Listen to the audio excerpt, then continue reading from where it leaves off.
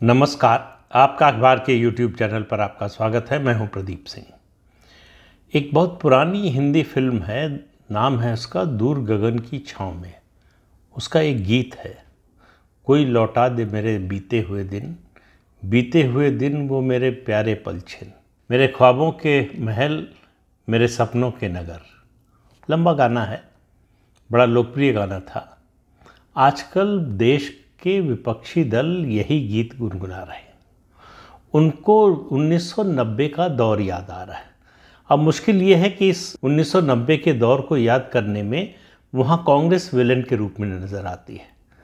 1990 में मंडल आयोग की सिफारिशों के विरोध में थी कांग्रेस पार्टी और संसद में खुलकर विरोध किया था। आज कांग्रेस पार्टी जाति जनगणना की बात कर रही है, जाति की गिनती की बात कर रही है और उन पार्टियों के साथ, मंडल पार्टियों के साथ है जिनके विरोध में उस समय थी। तो ये राजनीतिक समीकरण के बदलाव को समझिए।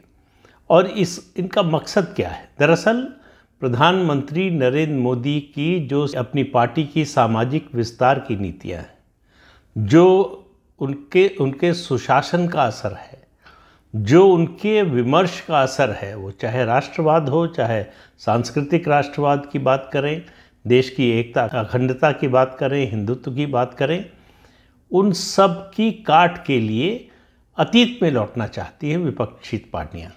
उनको लगता है कि पुराने दिनों में अगर लौट जाएं तो वहाँ हमको सुरक्षा मिलेगी, वहाँ से हमको ताकत मिलेगी। और वो पुराने दिन लौटाने की कोशिश में दो ऐसी ताकतें साथ आई हैं जो परस्पर विरोधी थीं अतीत में। आज वो दोनों एक साथ हैं।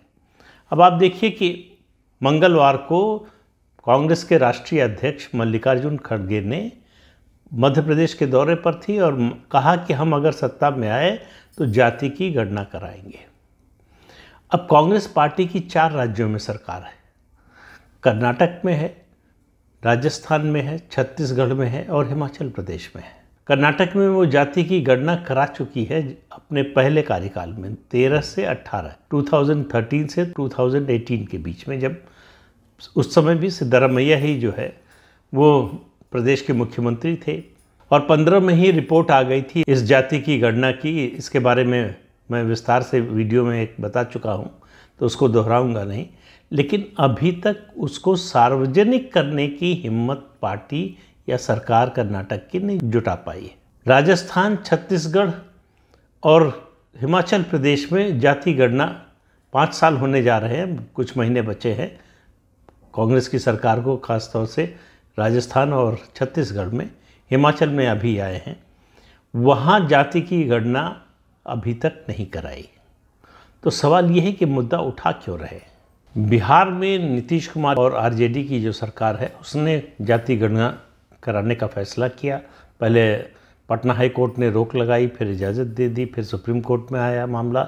सुप्रीम कोर्ट में सुनवाई चल रही, लेकिन सुप्रीम कोर्ट ने जाति की गणना कराने पर रोक लगाने से मना कर दिया। तो इसके कारण जो है बहुत उत्साह में है आरजेडी और जेडीयू का गठबंधन और बाकी विपक्षी पार्टियां भी, और मांग हो रही है कि जाति की गणना कराई जाए। अब ये योजना बनाई क्यों गई है, उसका आपको उत्तर मिलेगा 2014 और 2019 के लोकसभा चुनाव के नतीजों में। उसमें अगर आप देखें इन 2 चुनाव में, बीजेपी को 2014 में 2014 में ओबीसी के 34% वोट मिले थे और ये वोट मिला था नरेंद्र मोदी को प्रधानमंत्री के रूप में प्रोजेक्ट करने के कारण, जो ओबीसी समुदाय से आते हैं। और 2019 में ये वोट शेयर बढ़कर 44% हो गया। तो बाकी दलों की चिंता क्या? कांग्रेस पार्टी को ओबीसी का कोई बड़ा हिस्सा वोट का पहले भी नहीं मिलता रहा है, अब और कम हो गया है, जितना था भी उसमें भी कमी आ गई। लेकिन सबसे बड़ी चोट पहुंची है रीजनल पार्टीज़ को। मंडलवादी पार्टियां, बाकी दूसरी पार्टियां जो है, जितने क्षेत्रीय दल हैं, उनका हिस्सा 49% से घटकर 27% पर आ गया है। ये उनकी चिंता है। तो ये हिस्सा घटा क्यों? उसके 2 कारण। एक तो प्रधानमंत्री और अमित शाह के नेतृत्व में जिस तरह से पार्टी ने अपना सामाजिक आधार बढ़ाया, यानी गैर यादव जो पिछड़ा वर्ग है उसमें भारतीय जनता पार्टी की पैठ बढ़ाई, उसका जनाधार बढ़ाया, उसको पक्का किया। और पक्का किया ये सरकार में, सत्ता में हिस्सेदारी देकर, संगठन में हिस्सेदारी देकर, उनको सम्मान देकर, पद देकर, और उनको ये समझाकर कि उनका हित जो है, उनकी जाति का भी हित और उनके वर्ग का और उनका भी हित जो है वो राष्ट्रवाद और हिंदुत्व के छतरी के अंदर ही है। ये बात उनको समझ में आ गई। तो बीजेपी ने इन वर्गों का स्टेक जो है पैदा कर दिया है राष्ट्रवाद में और हिंदुत्व में। तो इसलिए आपको दिखाई देगा कि 2014, 2017, 2019, 2022 4 चुनाव उत्तर प्रदेश में हुए, जो देश का सबसे बड़ा प्रदेश है, जो जातीय अगर समीकरण के हिसाब से देखें तो बीजेपी के कभी माफिक नहीं बैठता। 91 की बात छोड़ दीजिए, जब राम मंदिर की लहर थी उस समय आंदोलन का असर था और फ़ायदा हुआ था पार्टी को, लेकिन अब वो स्थायी रूप से भारतीय जनता पार्टी के साथ हो गया है। तो एक तो इस वोट को पाने की कोशिश, दूसरा जब जातीय अस्मिता की राजनीति ज़्यादा तेज़ होती है, जब उसका प्रभाव ज़्यादा होता है, तब हिंदुत्व की जो छतरी है वो सिकुड़ने लगती है, तब हिंदुत्व का असर कम होने लगता है। तो लोग अपनी जातीय अस्मिता के प्रति ज़्यादा जागरूक हो जाते हैं। यही चाहती हैं विपक्षी पार्टियां कि जो हिंदुत्व का एजेंडा है बीजेपी का, उसको किसी तरह से डिस्टर्ब किया जाए, उसको किसी तरह से ये कोशिश हो कि उसमें कमी आए, उसमें कमज़ोरी आए। ये एक सबसे बड़ा कारण है जिस वजह से जाति की गणना की मांग हो रही है। लेकिन एक बात उनको समझ में नहीं आ रही है कि उनकी समस्या केवल यहीं तक नहीं है। सवाल ये है कि केवल ये जाति की गणना करने से उनके पक्ष में ऐसा कुछ हो जाएगा, ऐसा दिखाई नहीं दे रहा है। और जो अतीत में हुआ है उसको भी अगर देखें तो 1990 के बाद से मंडलवादी ताकतों ने जिस तरह से अति पिछड़ा वर्ग की उपेक्षा की, सत्ता में हिस्सेदारी देने से मना किया, संगठन में जरूर थोड़ा बहुत हिस्सेदारी देते रहे केवल दिखाने के लिए, लेकिन वास्तव में उनको साथ लेकर चलने में मंडलवादी ताकतें, जो खासतौर से नेतृत्व की बात कर रहा हूँ, वो नाकाम रहा। इसी वजह से वो लगातार तलाश में थे। कभी बहुजन समाज पार्टी के पास जाते थे, कभी समाजवादी पार्टी के पास, उत्तर प्रदेश की बात करें, कभी आरजेडी के पास, कभी जेडीयू के पास। इस तरह से आखिर में उनको लगा कि बीजेपी जो है ये ऐसा ठिकाना है जहां हमारे लिए बेहतर स्थितियां हैं। और इस बात को उन्होंने महसूस किया कि बीजेपी केवल नारे के रूप में, केवल सिद्धांत के रूप में इसकी बात नहीं करती, व्यवहार में भी, सत्ता में बंटवारे में भी हिस्सा देने के लिए तैयार है। तो मामला जो है इसकी वजह से कांग्रेस का भी गड़बड़ हुआ है और बाकी क्षेत्रीय दलों का भी। वो क्षेत्रीय दल वो पुराना ज़माना, वो अपना पुराना समय लौटाना चाहते हैं, लेकिन समस्या उनके सामने फिर वही है, उनका अतीत में जब उनको मौका मिला था अति पिछड़ा वर्ग को सत्ता में हिस्सेदारी देने का, तब उन्होंने उनके लिए कुछ किया नहीं। केवल सत्ता में हिस्सेदारी की ही बात नहीं है, उनको सरकार की योजनाओं के जरिए जो वो लाभ पहुंचा सकते थे वो भी नहीं किया, जो बड़े पैमाने पर प्रधानमंत्री नरेंद्र मोदी की सरकार ने किया है। जो ये लाभार्थी वर्ग है, इसमें ज़्यादातर 80%, 90% जो है वो या तो अति पिछड़ा वर्ग के लोग हैं या दलित और जनजाति समूह के लोग हैं। तो इसलिए उनको ये समझ में आया कि ये सरकार हमारा जीवन स्तर सुधारने का काम कर रही है, इसलिए बीजेपी के साथ है। लेकिन इनकी समस्या विपक्षी दलों की, खासतौर से क्षेत्रीय दलों और कांग्रेस की भी, केवल यहीं तक सीमित नहीं है। मामला भ्रष्टाचार का लगातार दिन पर दिन बढ़ता जा रहा है। अब देखिए, सीबीआई ने सुप्रीम कोर्ट में याचिका दायर कर दी है कि लालू प्रसाद यादव की ज़मानत रद्द की जाए। आपको मालूम है, चारा घोटाले में जेल में थे लालू प्रसाद यादव। स्वास्थ्य के कारण जो है कि स्वास्थ्य खराब है, इसलिए उनको ज़मानत मिली है। उस आधार पर सीबीआई का कहना है कि स्वास्थ्य के कारण उनको ज़मानत मिली, लेकिन वो बैडमिंटन खेल रहे हैं, राजनीतिक कार्यक्रमों में शामिल हो रहे हैं, यात्राएं कर रहे हैं, तो इसलिए उनकी ज़मानत रद्द कर दी जानी चाहिए। 28 अगस्त को सुप्रीम कोर्ट इस पर सुनवाई करेगा, उसके बाद फैसला आएगा। ज़्यादा उम्मीद ये है कि लालू प्रसाद यादव फिर से जेल पहुंच जाएंगे। 1 महीने में तमिलनाडु के 4 मंत्री संकट में, 2 जेल में हैं, ऑलरेडी जेल में हैं, और 2 के बारे में मद्रास हाई कोर्ट ने स्वतः संज्ञान लेते हुए उनके जो डीए के केस थे, डिस्प्रोपोर्शनेट एसेट्स के केस थे, उनका मामला बंद हो गया था, उसको फिर से खोलने का आदेश दिया है। तो डीएमके के लिए ये नई मुसीबत है कि उनके भ्रष्टाचार, अभी तक क्या हो रहा था तमिलनाडु में, डीएमके और एआईडीएमके दोनों में एक तरह से जो भी सत्ता में रहता था भ्रष्टाचार की होड़ लगी रहती थी, और दूसरा सत्ता में आता था तो उसके खिलाफ कुछ करता नहीं था। ये पहली बार हो रहा है कि उनके भ्रष्टाचार के खिलाफ जांच हो रही है, मंत्री जेल जा रहे हैं।